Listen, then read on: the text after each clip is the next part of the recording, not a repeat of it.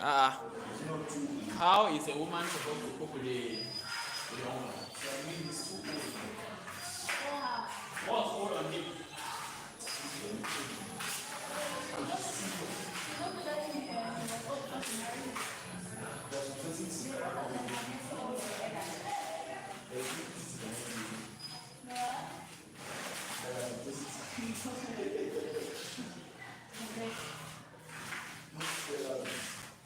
Okay, let's talk. Yes, administrative actions. Administrative acts. Unilateral administrative actions. Or unilateral administrative acts. So, first of all, I want you to know that there are two types of administrative acts. The one we are treating today is unilateral. We also have bilateral. If we talk of bilateral administrative acts, then we are talking about plurilateral or administrative contracts. So anytime that they ask you about administrative contracts, then they are referring to what plurilateral administrative acts. But the interest of our today's lesson is unilateral administrative acts in Cameroon public administration.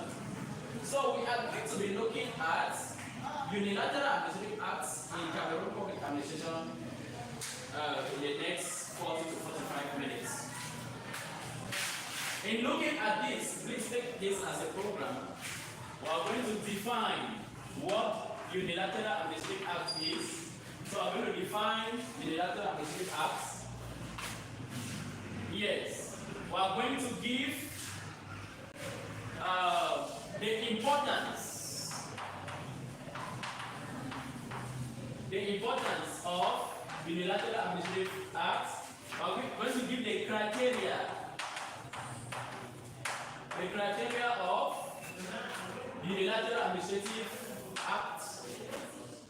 Then we are going to go ahead and give the forms of unilateral administrative acts. After looking at the forms that unilateral administrative acts may take, we are now going to look at litigation. The litigations of unilateral administrative acts. Under the litigation, we are going to look at the place of the administrative judge. The administrative judge in the litigation of unilateral administrative acts. Then we are also going to look at the judicial judge, the role that the judicial judge plays in the litigation of unilateral administrative acts. The judicial judge.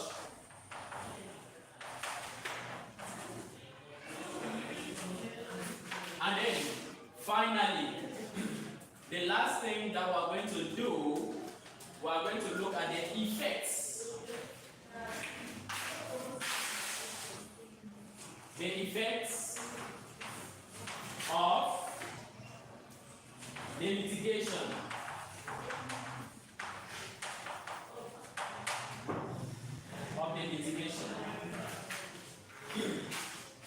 So this is the program that we are going to follow in looking at unilateral administrative acts today. However, after looking at the importance of unilateral administrative acts, we may, if need arise, look at the effects of these unilateral administrative acts. So let us begin. What is a unilateral administrative act? To define this, I will say that unilateral administrative act was defined by the administrative judge in the famous case of Gonga-Janko matter versus the state of Cameroon. This case found its place in the Supreme Court precisely at the administrative bench of the Supreme Court. So in the case of Gonga Janko matter, let me spell it out for you. In the case of Gonga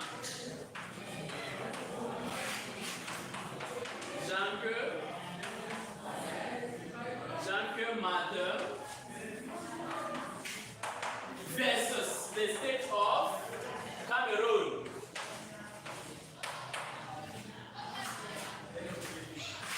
Unilateral Administrative Act was defined as decisions taken by an administrative authority in the exercise of his function, which creates rights and obligations. Every single word in this definition is important. Every single statement here has a place. Unilateral Administrative Act in the case of Gonga Janko Martin was defined as decisions that are taken by administrative authority in the exercise of his function, which creates rights and obligations.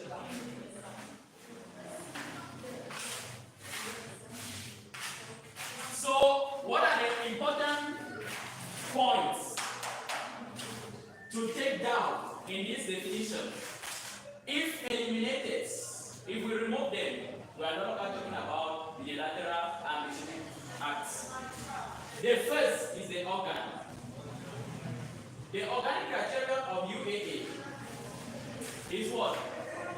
What can we say is the organic criterion here?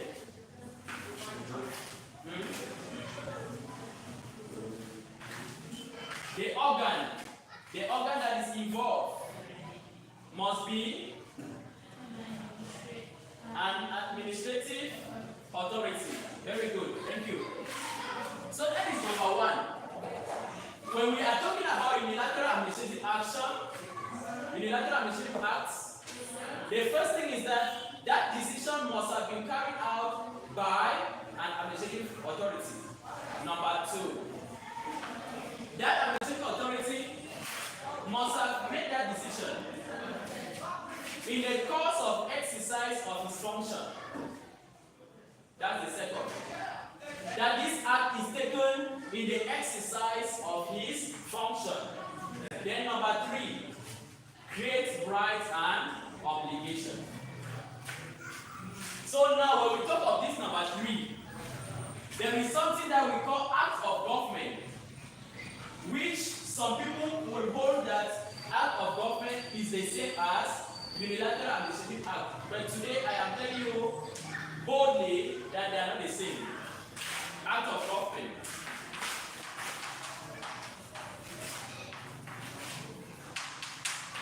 Now, please listen attentively.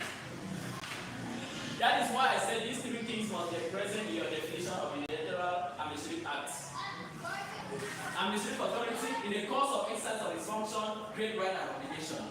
Acts of government are taken by administrative authorities in the course of exercise of their function, but they don't create rights and obligation. Acts of government don't create rights and obligation, but unilateral administrative actions create rights and obligation.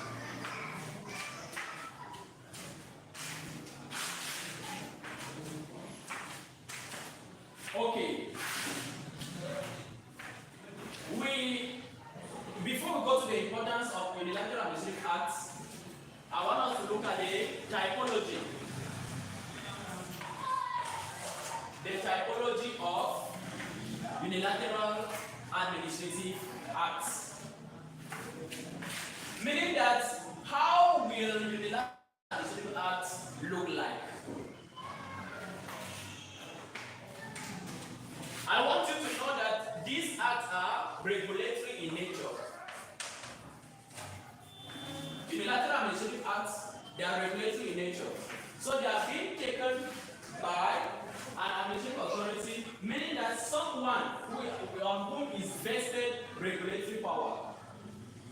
The power to make a decree. the power to pass a circular or an order.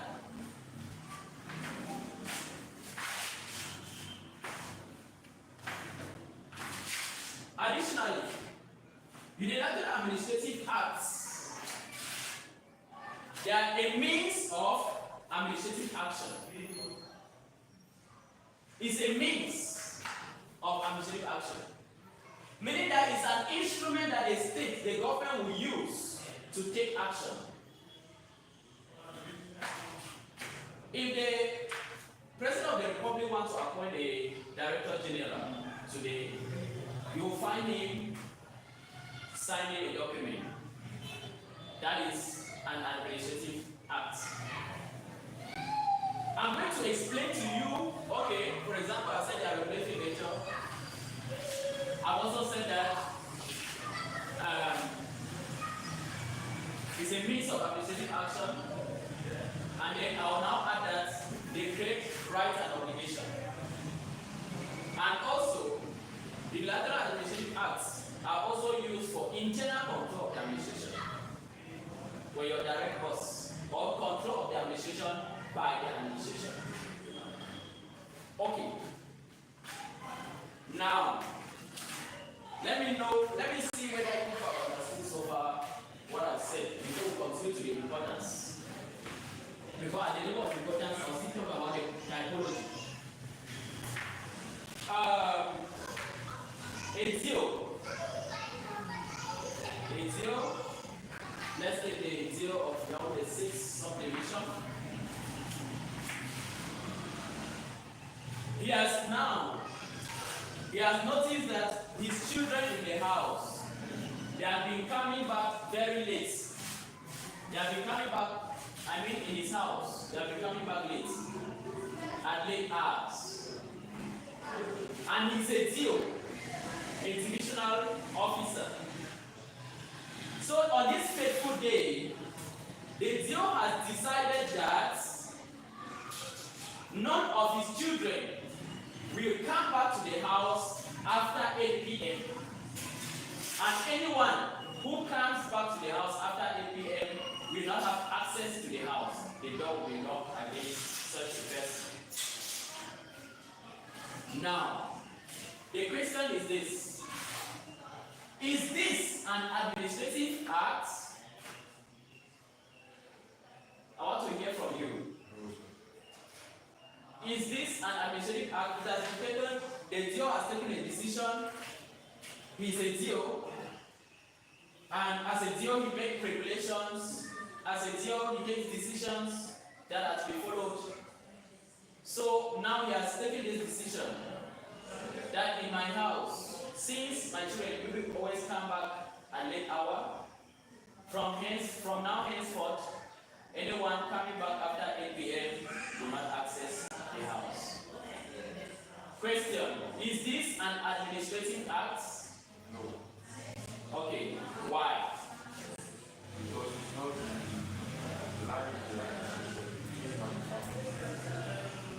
him and your family. Okay. Please, I want to hear your voice, Joyce. Same thing. Yeah. Okay. Now, let us just come back here. Let's look at the organ. The person who is taking this decision, is he or she an administrative authority? Yes. Number 2 now. Is he taking this decision in the course of exercise of his function? No. This is what makes it not to be an administrative act. But does it create rights and obligation? Does it create, okay, it creates an obligation? Yes. But for the mere fact that he took this decision not in the exercise of his function as a DO, it is not an administrative act.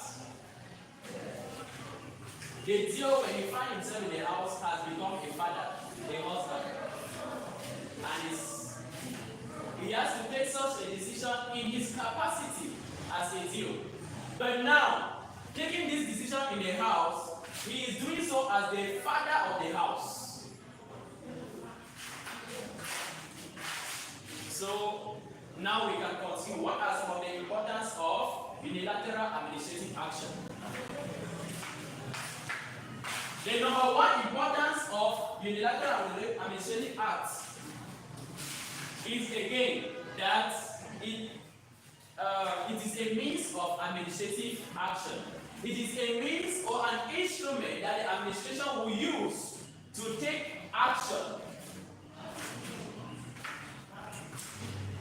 When the administration wants to regulate a particular issue in the society, the administration will use this as a medium, as an instrument to take action.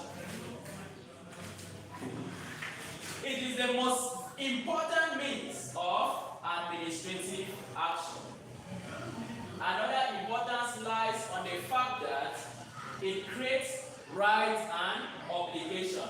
Now I will explain what we mean by creating rights and obligation.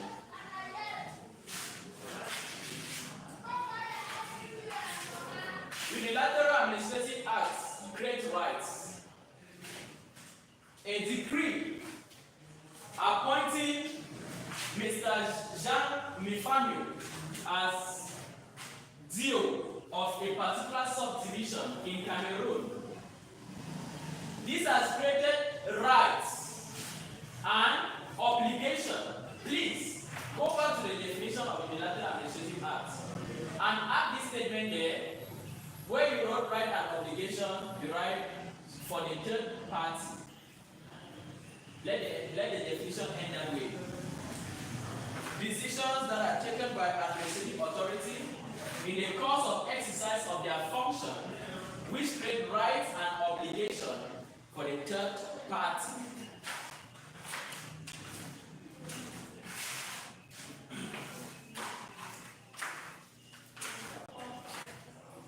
Now, I'm going to tell you what happened in the case of Gonga Jacques Martin versus the state of Cameroon.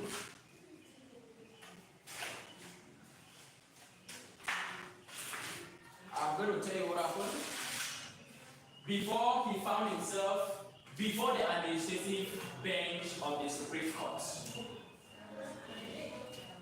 Many years ago, in the 1960s.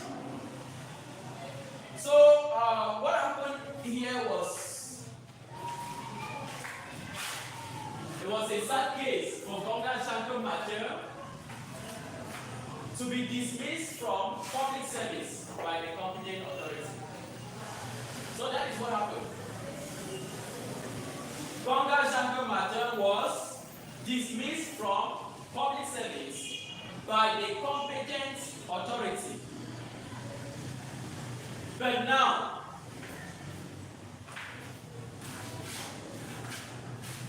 I'm saying this so that it's going to lead us to the criteria of unilateral administrative acts. Why did Gonga Jacques Martin come before the Supreme Court then? Because by that time, there was no administrative bench. It was the Supreme Court, just the Supreme Court. Before Gonga Jacques Martin found himself in front of the Supreme Court with this matter, he came to complain that he was not being heard by the administration. And this was the decision of the administrative courts.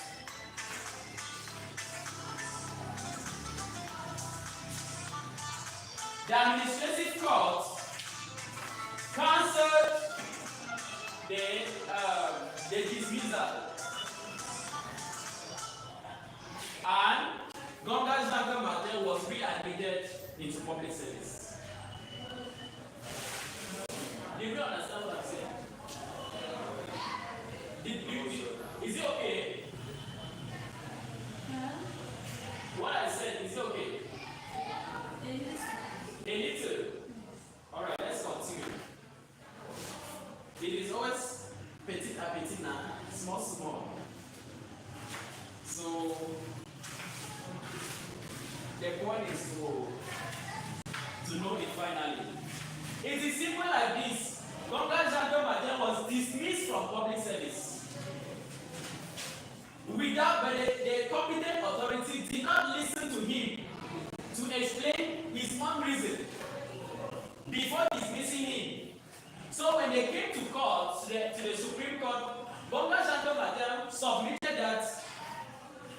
the administration did not listen to him. So the principle of ordinary pattern was not respected. Does it mean this person, the competent authority, had no right to dismiss Gonga Jean Major? No! He had all the right, the capacity to dismiss him. But the problem is, he dismissed Gonga Jean Major without listening to him. There is a principle in public service, there is a principle of the law, which is the principle of ordinary pattern. If you check the images there, you will see it.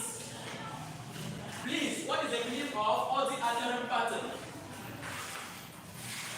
What's the meaning?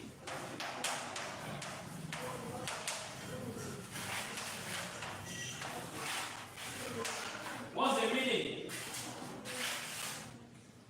We are already under the criterion of UAA, Unilateral Administrative Act. It's not there. Check well.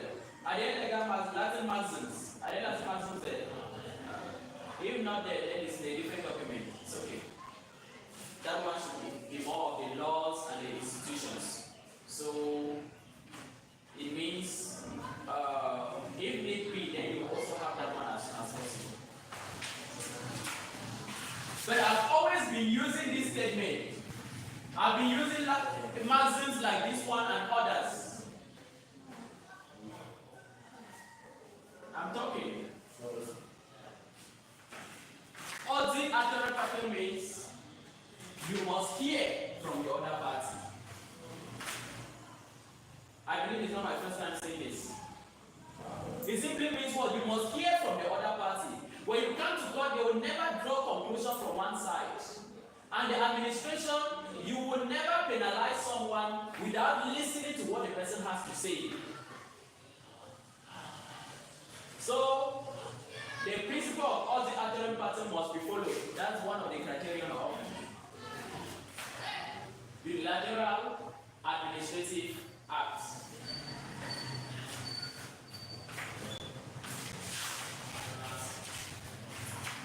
We must follow the principle of ordinary pattern.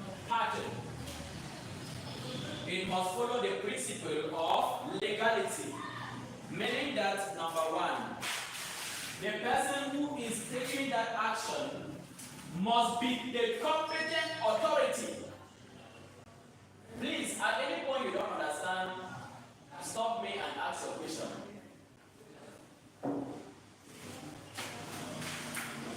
So far from where we started to where we are now, are we fine? Okay.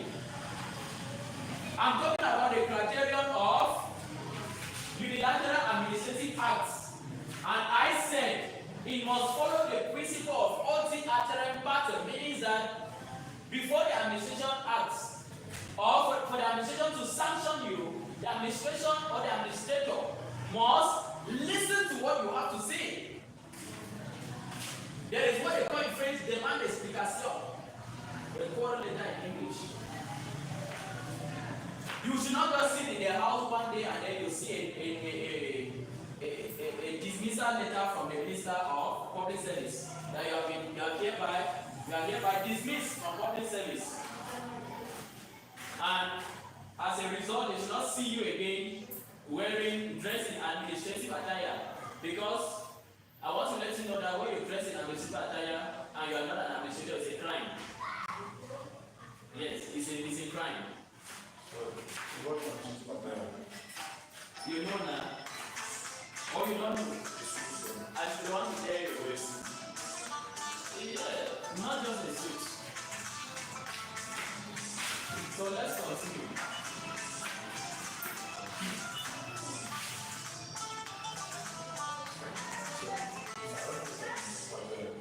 You don't know.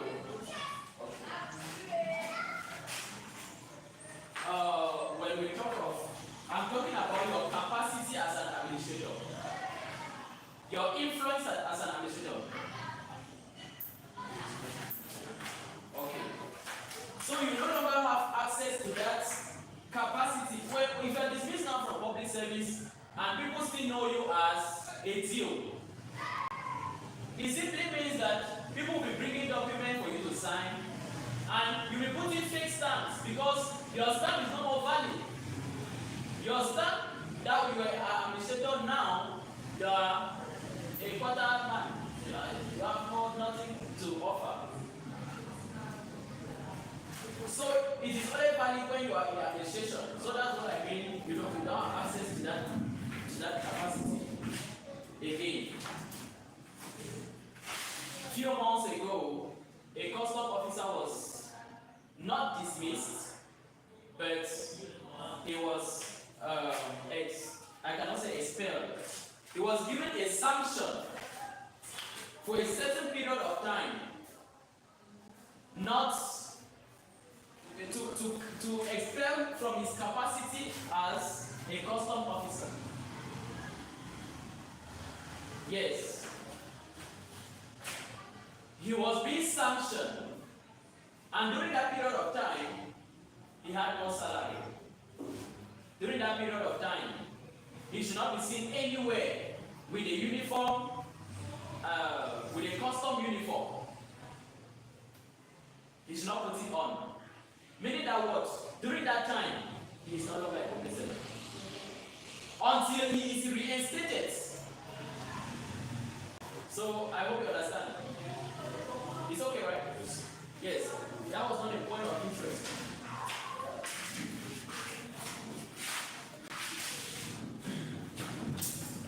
The principle of oath uttering pattern, that's what I was, and I said you must hear from the other party.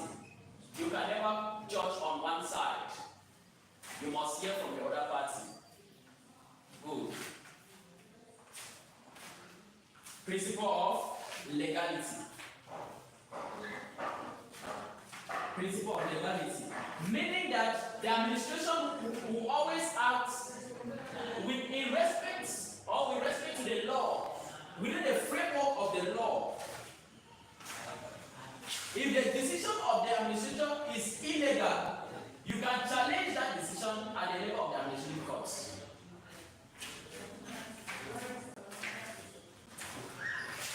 The next criterion is competence.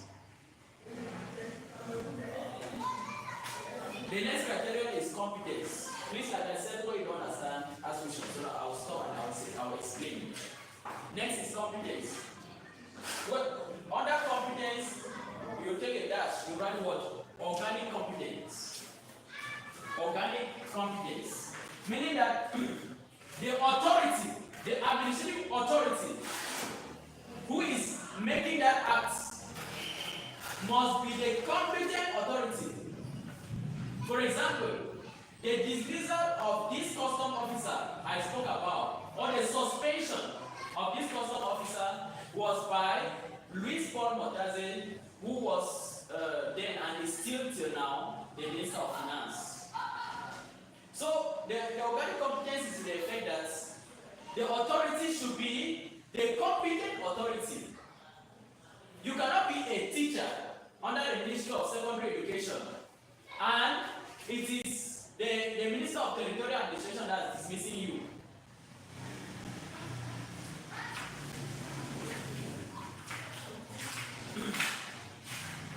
Are we okay? An administrative authority that is competent.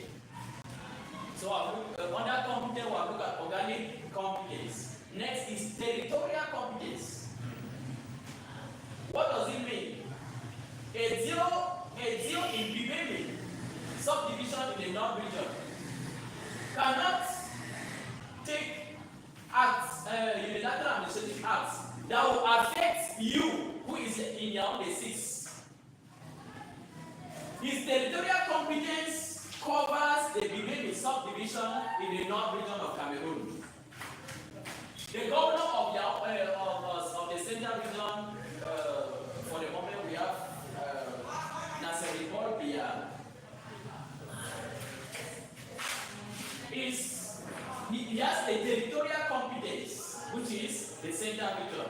Not only Yaoundé plus the other divisions, subdivisions, all over, is full, everywhere. It covers the central region. That is where his competence is.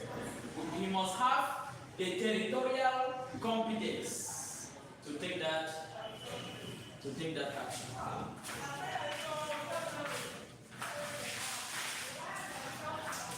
Are we fine? Well, okay.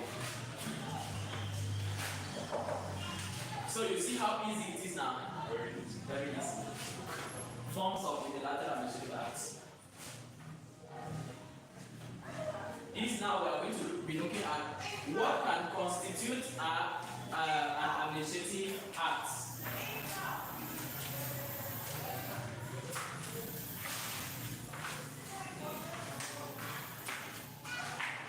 What can constitute an administrative act?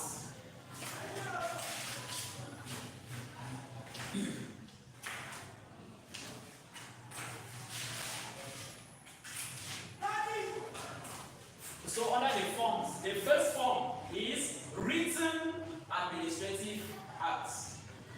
Written.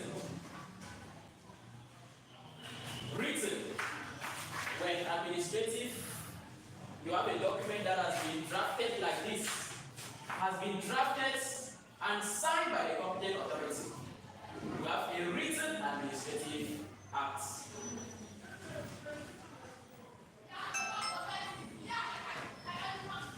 Now, I want you to know that this is the most recurrent type of administrative acts. It is a formal way for the administration to take action. So that is why most of the time you will see decree number this, order number this, arrêté number this. And then I want you to know that when it comes to written administrative act, there is a format that must be respected. When that format is not respected, it becomes invalid.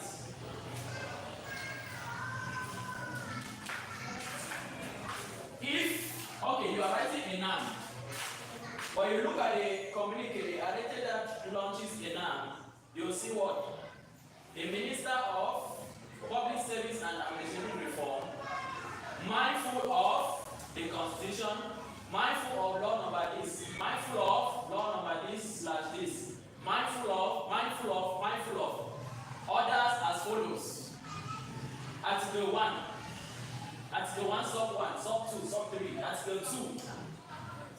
That is an administrative act. And to be more precise, that is a written administrative act. So it is the only form of administrative act that actually takes a format that it must be drafted that way.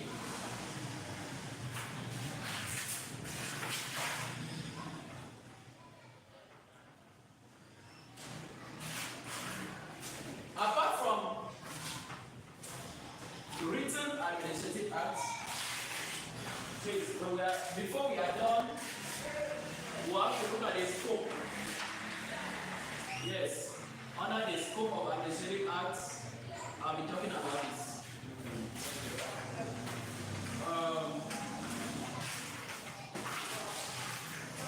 Administrative acts, all the time, you have a DO who is deciding, who is passing an order within his institution or within that subdivision. You have administrative acts dismissing and appointing people every day. The Director General of NASLA, Mr. Chanitiku Enoachobaye, was appointed through an administrative act of the President of the Republic. In Article 1 cited Mr. Chanitiku Enoachobaye as of the date of signature of this decree shall be the Director General of the National School of Local Administration headquartered in Wales. Article 2. The present decree shall be published where need arises. So everywhere.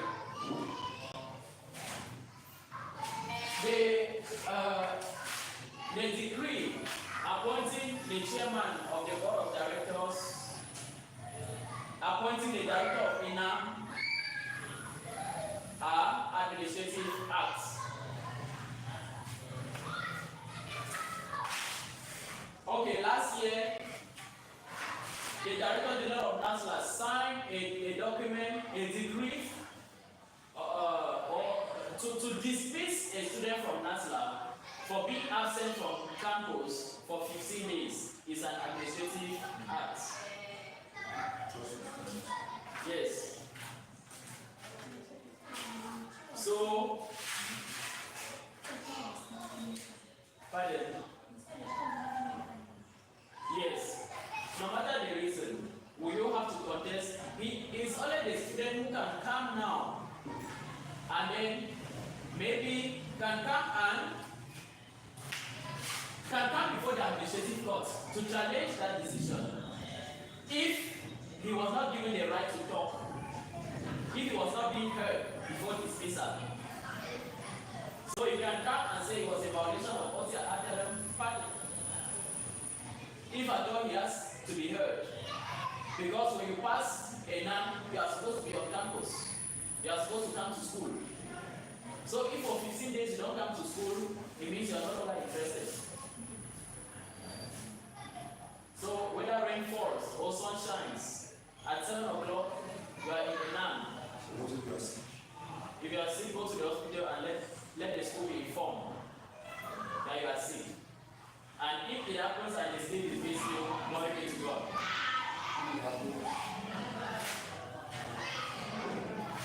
Why should we be sick in the NAM now? Okay, let's continue.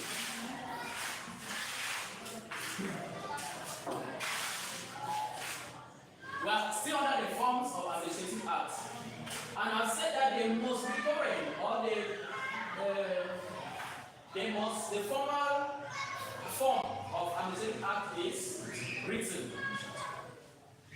But administrative acts can also be oral. So what's our oral administrative acts? The administrator may not write, but can talk. A DO can enter the office and give an order to his secretary or to his assistant. Let this be done, let this be done. It is already an administrative act. He has already taken action. He has already taken a decision. He has already passed an order.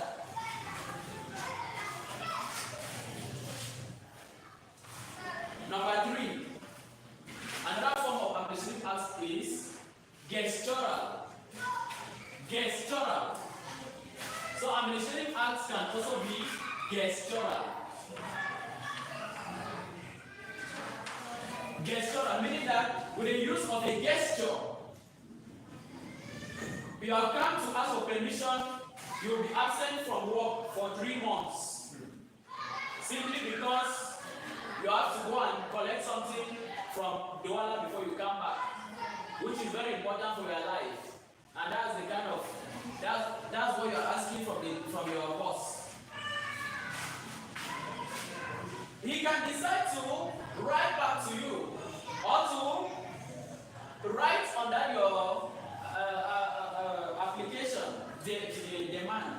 He can write on it, rejected, and he signs. That one is what? Written. You can receive it and shake his head like this. It means you are not going anywhere. It's already an administrative act, which is gestural. If you are coming and the DO stand in front of his office and he say, make it like this, that come. He's already saying something now. When you are driving on the highway, on the road, and you say, policeman, blow whistle and make like this, it means what? Stop. It's an administrative act. Stop. You blow again and you make like this. It means pass. He has not said anything, but he has made a gesture. So it's another form of administrative act. What am I saying? Administrative act can be written, can be oral, can be gestural.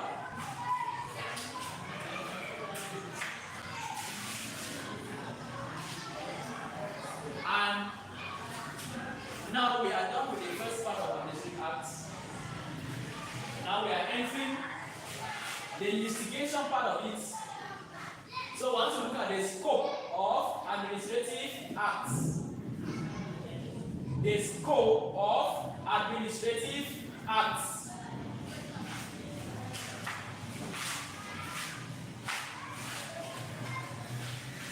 Under the scope of administrative acts, I want to talk on the role of the administrative judge in administrative, in litigation of administrative acts. We also talk of the role of the judicial judge in the litigation of administrative acts. Then we are also going to look at the effects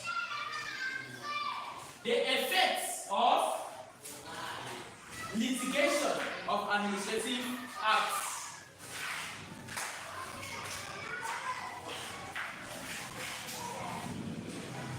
Administrative acts, be it written, oral, or gestural, it has effects. When an administrative act has been taken, it has effect, so it has immediate effect for automatic execution. When the administration has decided, you have to execute it. An administrative act can also be made to cancel another administrative act.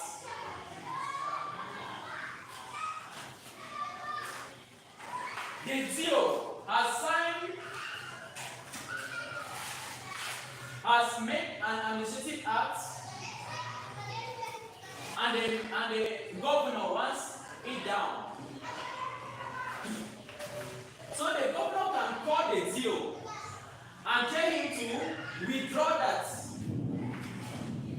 or ask him to cancel it by himself, or the governor can by himself sign another document to cancel that one of the deal.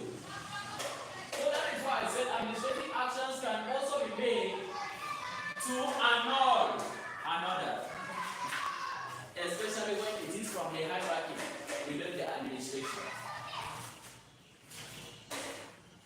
Now, when it comes to litigation, we are looking at how administrative act can be challenged before the courts. And we are looking at administrative acts, which court is competent to hear matters pertaining to administrative acts. Which court is competent? The administrative court. Thank you. So it is the administrative court that is competent. The administrative court is the court with first instance jurisdiction over administrative matters in Cameroon. Even though there are some aspects of administrative litigation that also come before the judicial court, but the primary court with first instance jurisdiction over administrative matter is the administrative court.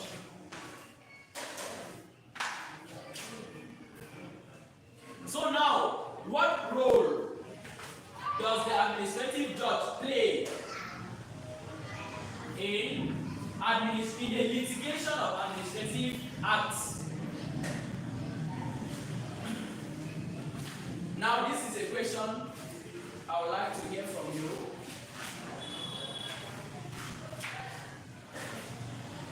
The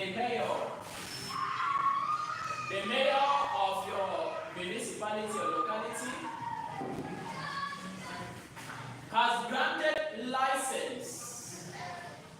I always use this example. Has granted a license to your neighbor to construct his house in a way that is blocking your own house, the entrance to your compound. You have a car, but you cannot drive in. You are forced to park it somewhere else, which is not secure. Because the person is constructing in a way is blocking the entrance. You yourself to enter your own compound You are entering from one side. So when you come to the person, you discover that the person has a license. The person has a document that has been signed by the mayor that gives him the rights to build his house there, that way, like that. Now, the question is for you. What will you do? Will you just go back to your house and say Alexander, or you will go and cry and forget about the thing? Or you bring war? Tell me, what are you going to do?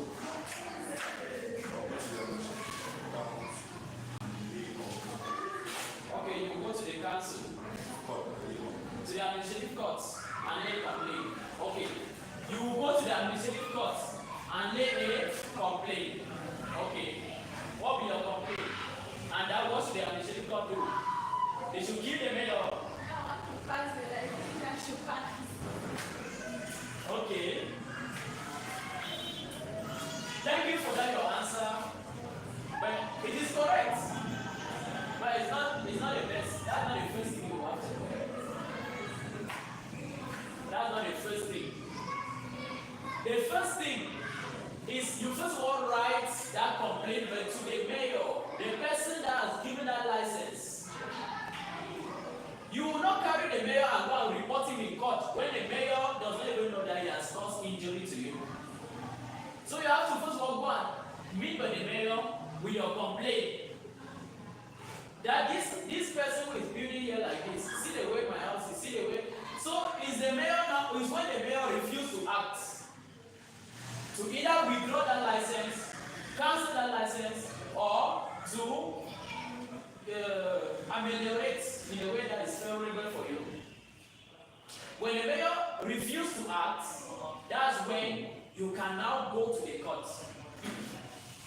So the procedure before the administrative court, number one, is the pre-litigation complaint. Before you come for litigation, the pre-litigation complaint is you write it to the administrative authority who has caused you to suffer prejudice. Now, when that administrative authority fails to act, that is when you come now to the administrative court. And before the administrative court, you have to prove that there was an act of the administration. So it's before the administrative court, you now present the administrative act. And then number two, you present the injury that you are suffering, the harm that has been caused. Number three, you have to link it. You have to link the administrative act to the injury. You have to prove the causal link. Then you see, ever my car, I had 5 cars. 3 have been stolen. I'm left with 2 because I'm parking my car out of the gates. There's no way to enter. It's not enough. You have to prove that the reason why you are not entering with your car is because of that administrative act. You have to prove it. So you don't only prove that there's an administrative act and you are suffering an injury. You have also to prove that there is a cause. This is what has caused you. And the administration will pay a fine. Also, remember when you are coming to the administrative court, you see the administrative court not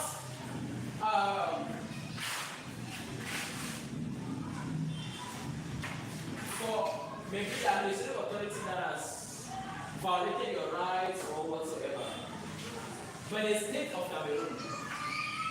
So in this case, we can be talking about the case of Lilian Ngwafon versus the state of Cameroon, not versus the mayor of Yaoundé 6.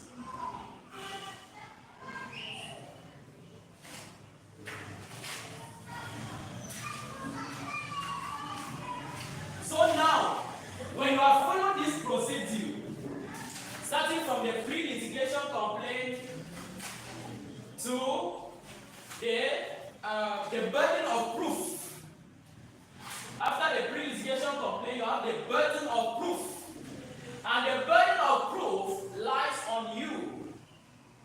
to prove two things. Number one, the Administrative Act, and number two, the injury.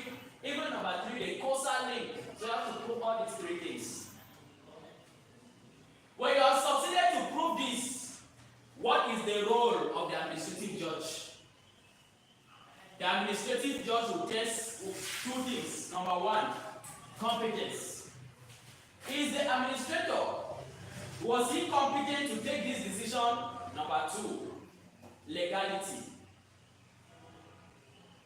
Is this decision in conformity with the law that are enforced? And so if the administrative judge says that yes, what you are saying, you have really suffered because of this, what will be the role of the administrative judge? What can be his decision? The decision of the administrative judge, please take note, can cancel the administrative act, can annul it. It can either annul completely or annul parts of the administrative act. I said it can annul parts. It can annul Article 1 sub 2 or sub 2 and sub 3, or from Article 3 to Article 5. Or you can annul completely the administrative acts. The administrative judge can pass an injunction. They are the roles of the administrative judge. Yes. Yes, that is the role he plays. Hey, I forgot something again. Okay, I said the administrative judge can render the decision of the administration null and void. Meaning can nullify that decision. The administrative judge can render the decision of the administration null and void.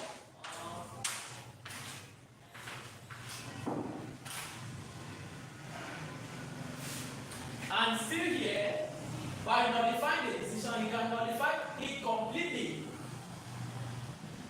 And he can also nullify parts of that decision. So the administrative judge can cancel the decision of an administrator either partially or completely.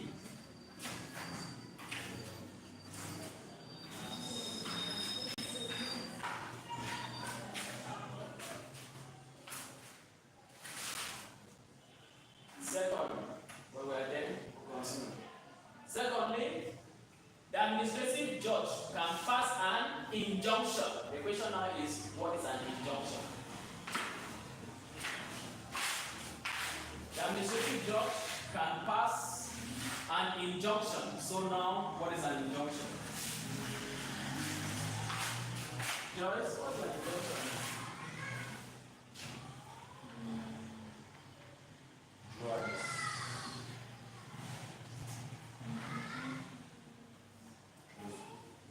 An injunction is a no, it's not a penalty. It is a court order. A court order. It's a court order. Meaning that what? The administrative judge can pass an order to the administrator. To do what? To carry out something, or maybe to cancel that thing by himself. That is an injunction, a court decision, a court order can pass an injunction.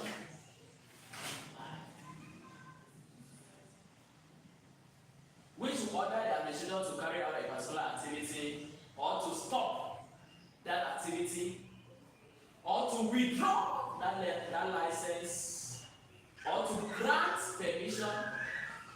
I mean, when it's an injunction, the administrator must do it.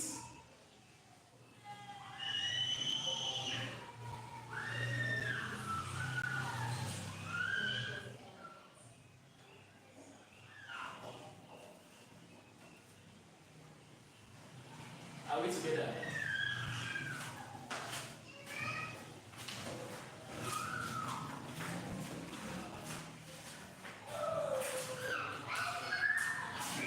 Okay, and most often, what are the kind of fine, the kind of penalty, the kind of punishment that will be given to the administrator?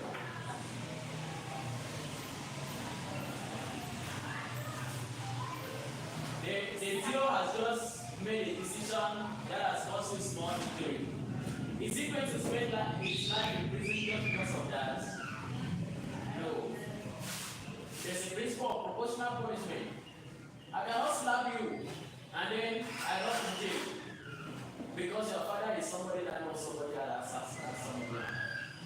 No. The rule is if someone who has killed should also be killed or should spend life in prison. So as a result, you have not killed someone, you have simply stolen a goat because of hunger, which the magistrate understands small, that the economy is hard. And he's giving you maybe 5 years to go and rest, where you eat free food at the prison. Then by that time you come out, you'll be able now to manage for yourself. I want you to know that most often the penalty that's given to the administration is to pay fine, to pay for the damages that has been caused. Maybe your 3 cars that have been stolen, they will have to pay for it. And most often the state will even pay, the government will pay, or the government will pay part, and that administrator will pay the rest, or that administrator will pay it.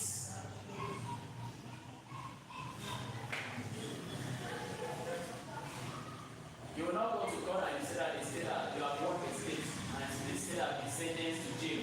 When they say the sentenced to jail, it means that the state of Cameroon, what has happened? What about the others? Are you the only Cameroonian? Or you are more Cameroonian than others?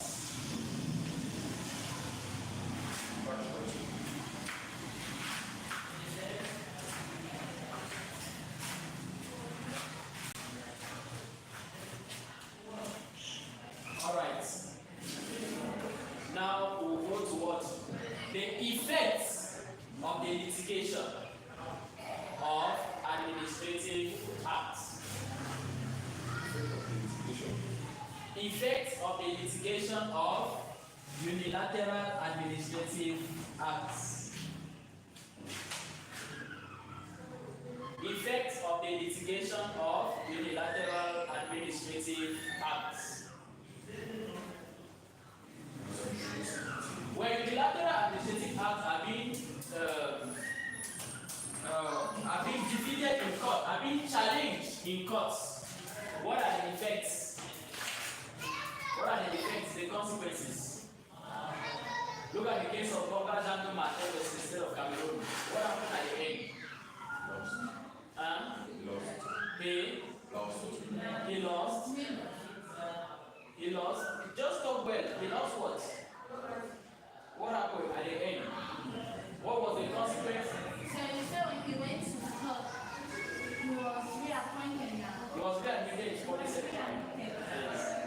So what does it mean? The dismissal of the administrator or the decision of the administrator to dismiss him was cancelled.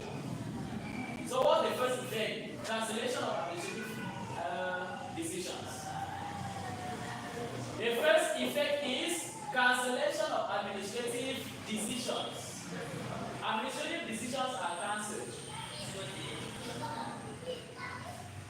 And imagine, okay, let me just continue. After that, the next,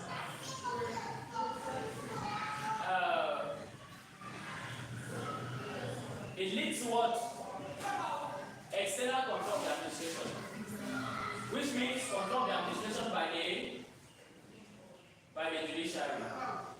It leads to external control of the administration.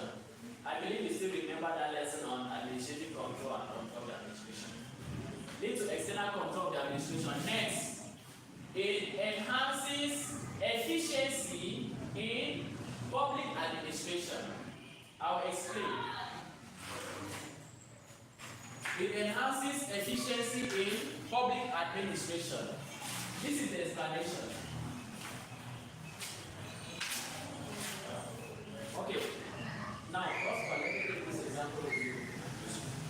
You are now, you have written a noun, you have passed a noun, you have now become a CEO. Yes, you have to back by force. You have now become a CEO. You took a decision, and to your greatest surprise, that decision was being challenged by a civilian before the administrative court, and your decision was cancelled. How will you feel? You feel very bad. And next time you want to take a decision, you will consider those things, right?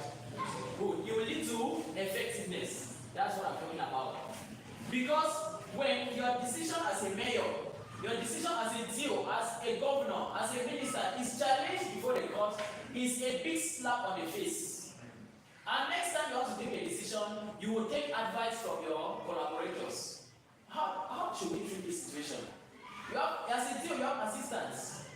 You take this, before you take decision, you take into consideration the consequences of this decision on a third party. Yes, because when we say administrative acts create right and obligation, it creates for you rights and obligation. It also creates for the population rights and obligation. Now the people have the right to call you their DO. Is it easy to have a DO? There are places that we have to. They have the right to have a new, they call you their new DO. But they have the obligation to respect you and respect your decisions. That's an obligation it creates for the third party.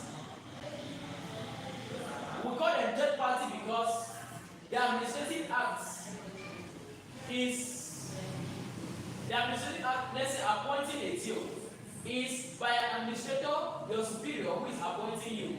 And it should create right and obligation for the third party. Good. So it enhances efficiency or effectiveness in public administration. Next, protection of human rights. Protection of human rights. So, the decision of an administrator can be challenged at the court because it violated your rights. So the administrative judge is also there to make sure your rights are protected. Protection of human rights.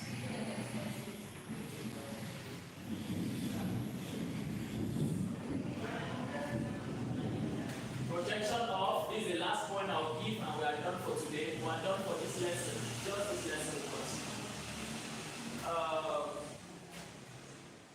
A principle of what? What did I say about multi-lateral party? What's the meaning? Listen from the other side. You must hear from the other part. Yes,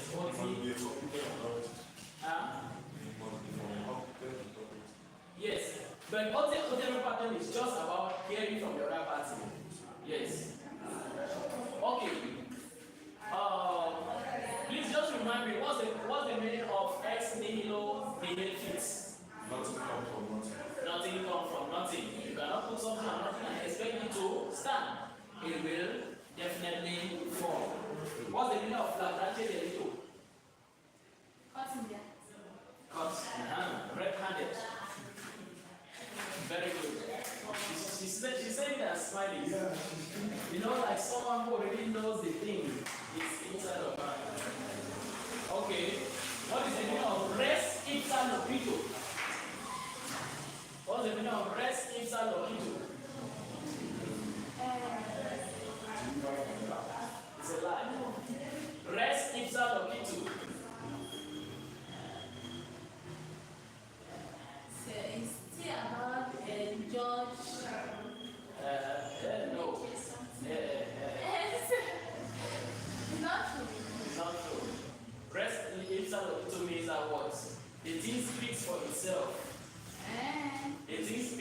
itself.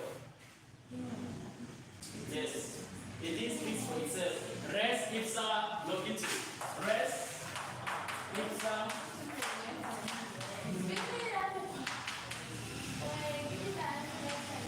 Res ipsa loquitur. Yesterday we were talking about the constitutionality of laws. We're talking about the Constitutional Council, and we said that the decision of the Constitutional Council is res judicata.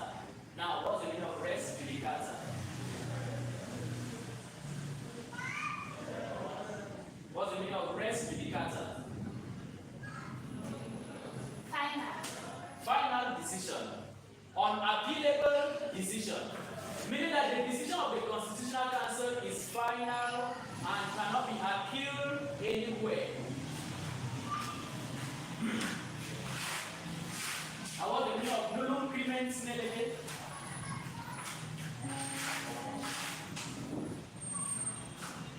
Nullum crimen sine lege. No crime. Good. And many others. Okay. We are done. I want to know if you have understood. So if you have questions, you can ask. Are there questions? Questions?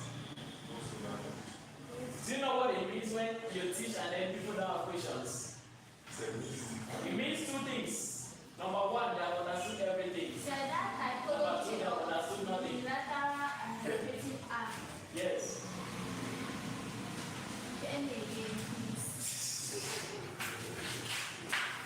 The typology of unilateral administrative acts. The point is that unilateral administrative acts are regulatory in nature. Meaning that it can be what? A decree. It can be what? An order. It can be what? A circular. It can be what? A decision.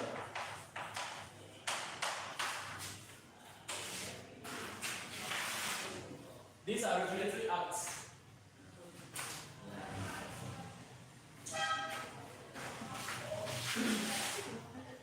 Question. What is a unilateral administrative act? What is a unilateral administrative act? Decisions taken by an administrative authority in the exercise of their function, which creates rights and duties for the rights and obligations for the third party. Very good. Very, very good. Okay. What are the different forms of unilateral administrative acts? Written.